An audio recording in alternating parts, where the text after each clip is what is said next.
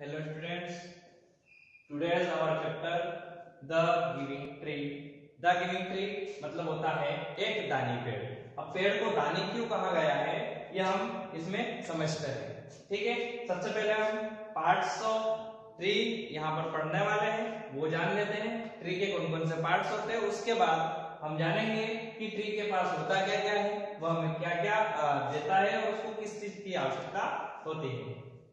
Let us parts of tree, हम जो tree का जो तना होता है उसको हम बोलेंगे ट्रंक। क्या बोलेंगे इसको? ट्रंक।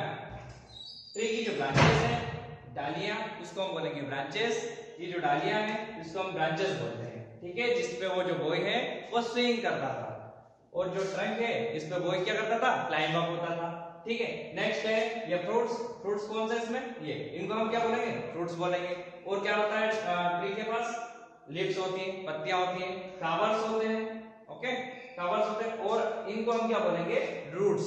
क्या होती है इसके पास? रूट्स। ओके, तो क्या क्या होता है ट्री के पास? ब्रांचेस, इनको बोलेंगे फ्रूट्स, ये होती है लीव्स और ये फ्लावर्स और ये क्या है? ट्रंक, और इनको बोलेंगे रूट्स। ओके, अब हम देखते हैं ट्री के पास होता क्या है। ट्री है, ट्री के पास क्या क्या है? सीड्स हैं, ट्री के पास सीड्स होते हैं, बीज होते हैं। रूट्स हैं, ट्री के पास रूट्स होती हैं। ठीक है, लीव्स हैं, इसके पास पत्तियां होती हैं। ट्रंक मतलब तना, और फ्लावर्स होते हैं। ब्रांचेस मतलब उसके पास डालियां होती हैं और फ्रूट्स होते हैं। ठीक है, तो ट्री के पास बहुत सारे फ्रूट्स भी होते हैं। अब हम यहाँ देखेंगे ट्री नीड। ट्री को किस चीज की आवश्यकता होती है? तो वाटर हमें भी आवश्यकता होती है। ठीक है, ट्री को भी आवश्यकता होती है। सॉइल मतलब इसको मिट्टी की भी आवश्यकता होती है। सन मींस सूर्य का प्रकाश, जो सनलाइट होती है उसकी इसको आवश्यकता होती है खाना बनाने के लिए। फिर होती है कार्बन डाइऑक्साइड, जो गैस, जैसे हम सांस लेते हैं ना तो हमें ऑक्सीजन गैस की आवश्यकता होती है, वैसे ही पेड़ पौधों को कार्बन डाइऑक्साइड गैस की आवश्यकता होती है सांस लेने की। तो प्यास बुझाने के लिए, थर्स्टी फील करने के लिए उनको वाटर की आवश्यकता होती है, सोइल की आवश्यकता होती है, और खाना बनाने के लिए उनको सनलाइट की आवश्यकता होती है। ठीक है, फिर कार्बन डाइऑक्साइड गैस की आवश्यकता होती है उनको सांस लेने के लिए। एंड मिनरल्स, जो पोषक तत्व होते हैं वो मिट्टी से या कुछ फर्टिलाइजर से वो यूज करते हैं, लेते हैं, ऑब्जर्व करते हैं, वो मिनरल्स की भी इनको आवश्यकता होती है। ठीक है, ट्रीज गिव अस, जो ट्री है वो हमें क्या क्या देता है? क्या क्या देते हैं ट्री? फ्रूट्स देते हैं, वेजिटेबल्स देते हैं, सीड्स मतलब बीज देते हैं बहुत सारे।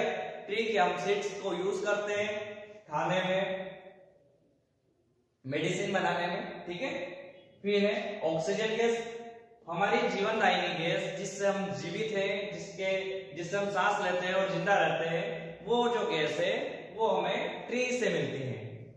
नेक्स्ट है वुड। वुड मीन्स लकड़ी।